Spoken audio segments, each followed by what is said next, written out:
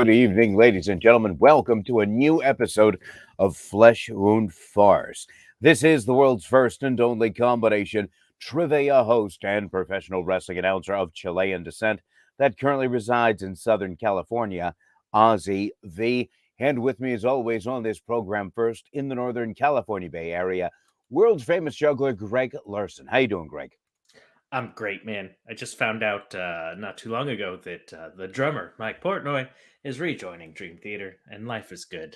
So, all you Dream Theater fans rejoice. Thank you, Mike Mangini, for your work. Sorry. No, How are you doing, Ozzy?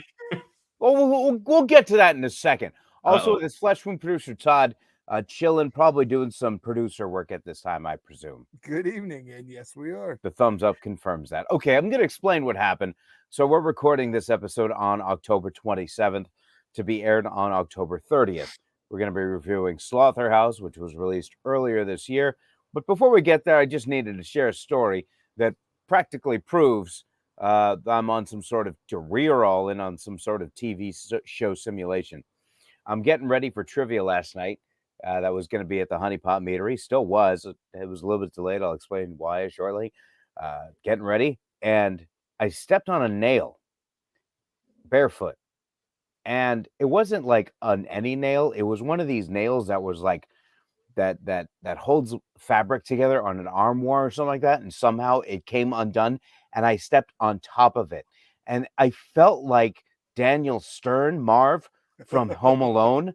Because Right. I heard the metal enter my flesh, and it was one of those like where I sounded like the T-1000 from Terminator 2 when he's in the liquid metal and he's got that like high pitched scream kind of like thing where like Mhm. sucked in all the air at the moment, just kind of like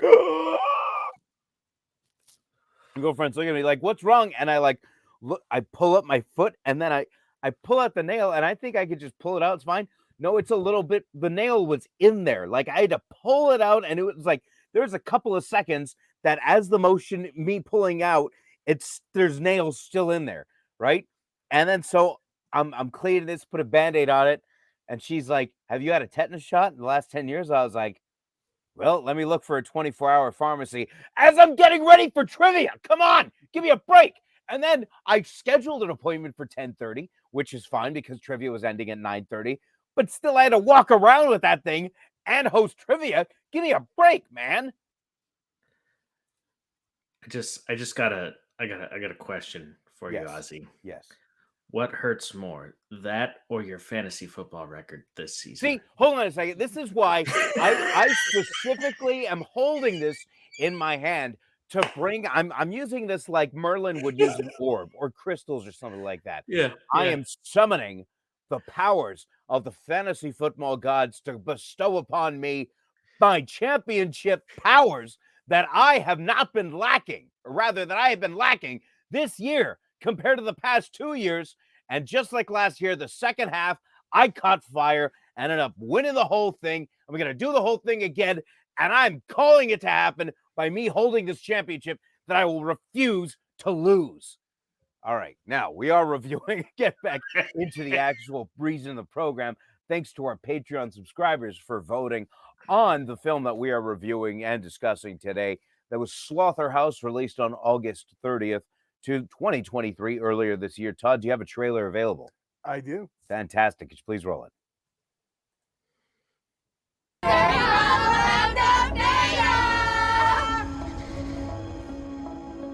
Yeah, take the Maybe first one. you were thinking about running. And have every sister turn on me in my senior year? Might be surprised. You just need something that sets you apart. The new house mascot. I will be running for president. He was so clipped. People are really excited about Alpha. And you. Get rid of the sloth. Holding you after that. I'm sorry, but it's right. you or me.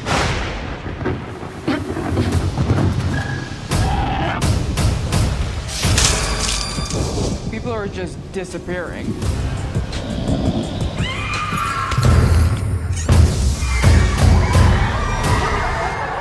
She's a sloth. She can't plan that. What do you even know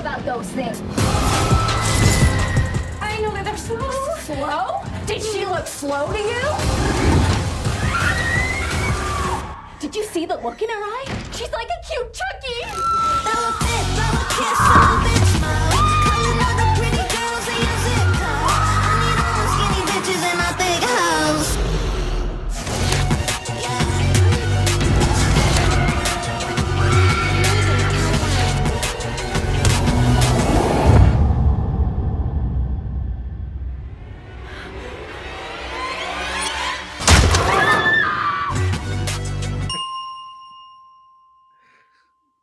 You know, Ozzy, I saw this in theaters. Yeah. It was in theaters? I thought It it was was. straight It had to a Hulu. special one night only screening. Got it. It's a Fathom event. So when did it come out? Like I know earlier. Wait a second. Hold on. Wait. Okay, so the trailer had been mentioned September 19th. Todd, wait, do you say like a Fathom event? Yes.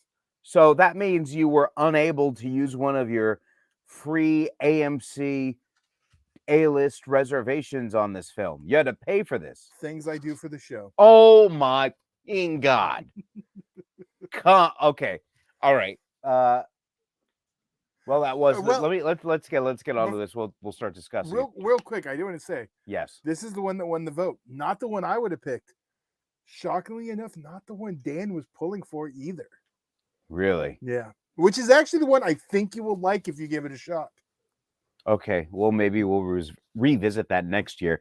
As for this week, it is Slotherhouse that was released with a limited release, rather, on August 30th, 2023, rated PG-13 with a runtime of 93 minutes, written by Bradley Fowler and K.D. Langman, directed by Matthew Goodhue, starring Lisa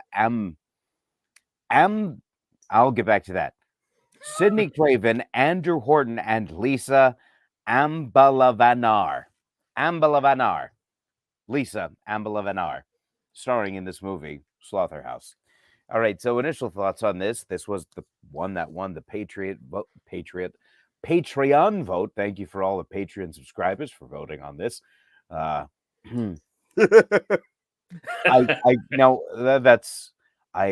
guess I should say thank you for the participation in the voting. If this was a way to, okay. So initial thoughts on this. Felt this was targeted towards a very specific audience. And let me guess, Ozzy, you were not that targeted. No. I mean, despite my hair being more beautiful than anybody's hair in that movie, I understand that yeah, you can roll your eyes, you can groan all you want, but the fact of the matter is that it's a fact. Moving on.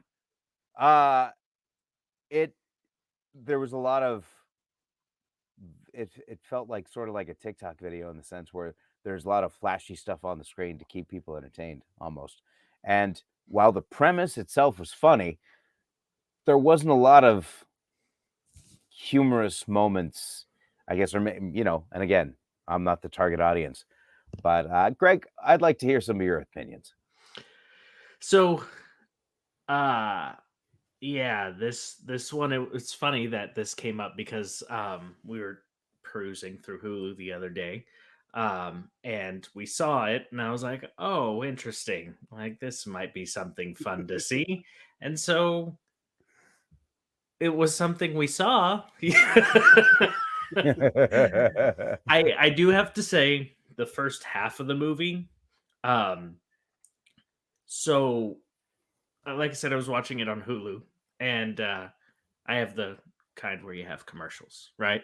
And it was pretty early in the film. I do have to say that a commercial popped up, and it was for nasal polyps, and I was like, "This is simultaneously scarier, funnier, and has better acting than this movie does at this point in time." So, like, yeah, but it had a few moments. So I'm glad I watched it. But yeah, it wasn't something that I knew anything about, and yeah, it was interesting to go through. Yeah, you saw it in the theaters. I did, and I had a good time in the theaters. I know, shocker, but this is just dumb, my type of humor. It's not. You don't have funny. You didn't have to use your brain.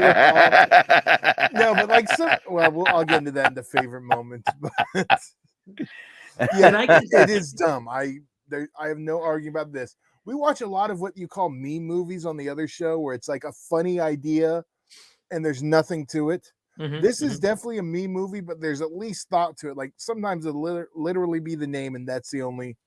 Like it'll be people talking for an hour and 10 minutes. But And I can see how in a group this would be a lot of fun. Like if you're in that big theater environment. yeah, it was, and it was different watching it at home alone because I did, of course, I had to revisit it for this. And fall asleep. I did not. Why you have to sound so defensive? So- Who are you trying to convince? I fell asleep on a review movie the other night. It wasn't this one. But yeah, it's dumb. It is what it is. I mean, I can't like defend it, but it's not the worst thing. I felt it was like it had like a bit of a Gremlins vibe to it, and and then it stopped having a Gremlins vibe when the sloth started realizing how to use a computer, and that's Not where I just was like, use a computer, but read. So you're okay with the puppet, but the puppet using the computer, like, oh, this is Wait, some hold on, wait, nonsense. hold on a I second. can't do this wait, now. no, wait, what are you talking about? What puppet? What are you talking about? The sloth was a puppet. I mean, Okay, well, no, but that's what I say. Like, like I'll go on this ride of a murderous sloth that has sudden movements or whatever. But okay, I understand your point. At the same time, him closing the laptop and having that look on his face after seeing that picture is like, oh, was this is gold. gonna be a rough Funny ride. enough, like that was the point where Right. it at least became funnier than nasal polyps, So yeah, I actually that's the point where I was like, okay, this isn't gonna be completely panned because now we're going into a new realm of just ridiculous. Yeah, Yeah, and that's like if you're in for the ride and can accept the ridiculousness, there's a good time to be had. But Yeah. that theater experience with a bunch of people who are into the movie was definitely the way to go. yeah, definitely. If this is your kind of genre, uh, I think it would be very enjoyable. However, if it's not, I wouldn't recommend it. Unless you're having some insomnia issues, this should pretty much cure them.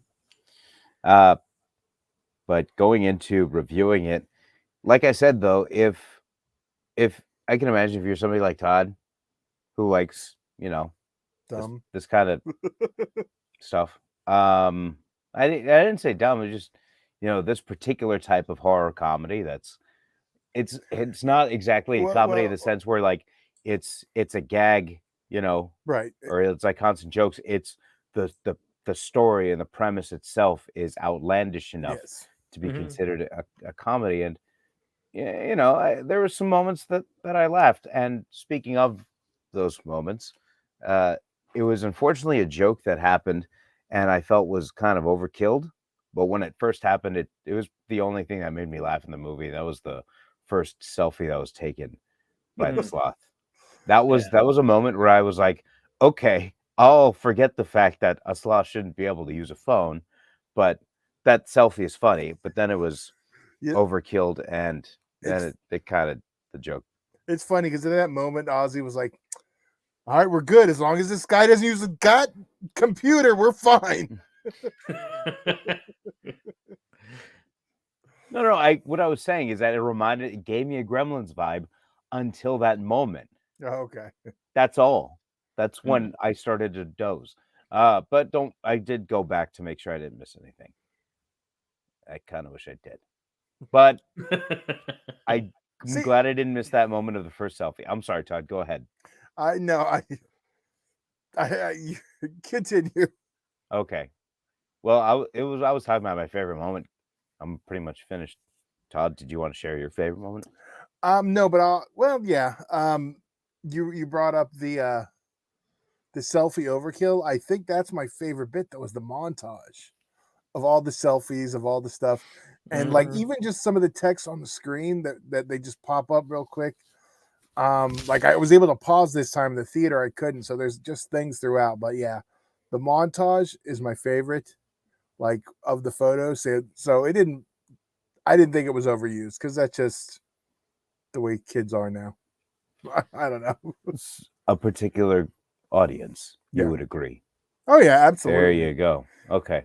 Sometimes Greg? they like Oh, sorry. picking movies for like you that aren't your audience.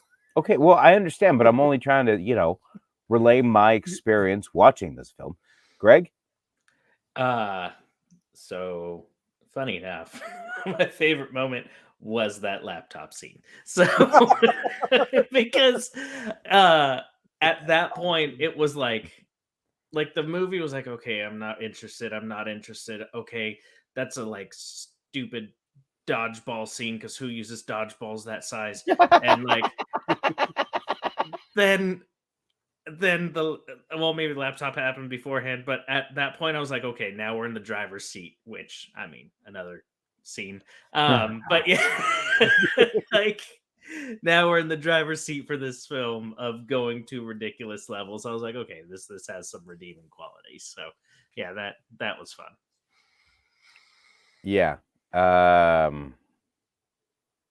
Going into the rating, the premise itself was intriguing, and it actually did motivate me to really wait until the end to see how this all finishes out.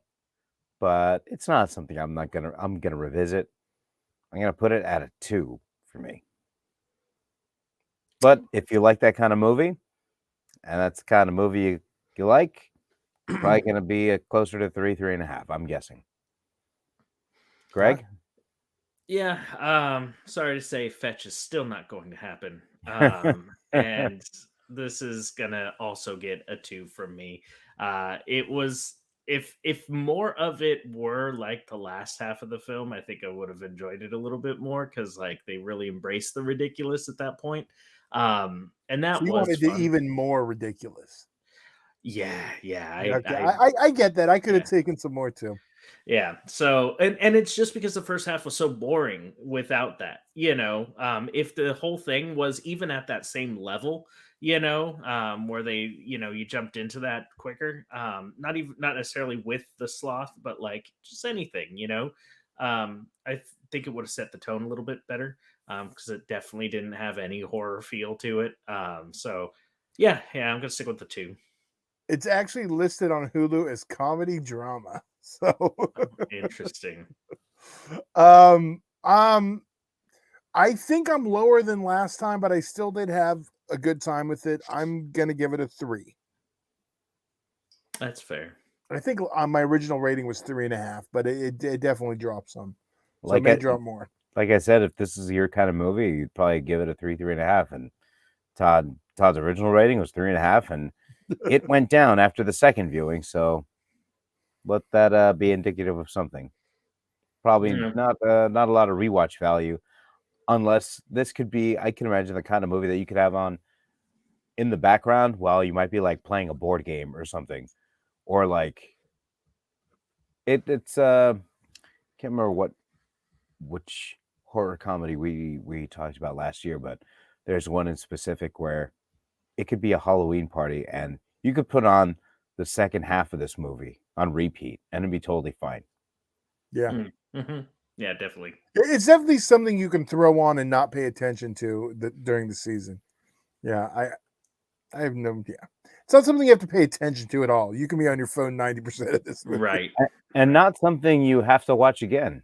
This is true, yet I've done it twice. And I have a feeling that on his third view, it's going to go down to 2.5. I think I'm good at 2.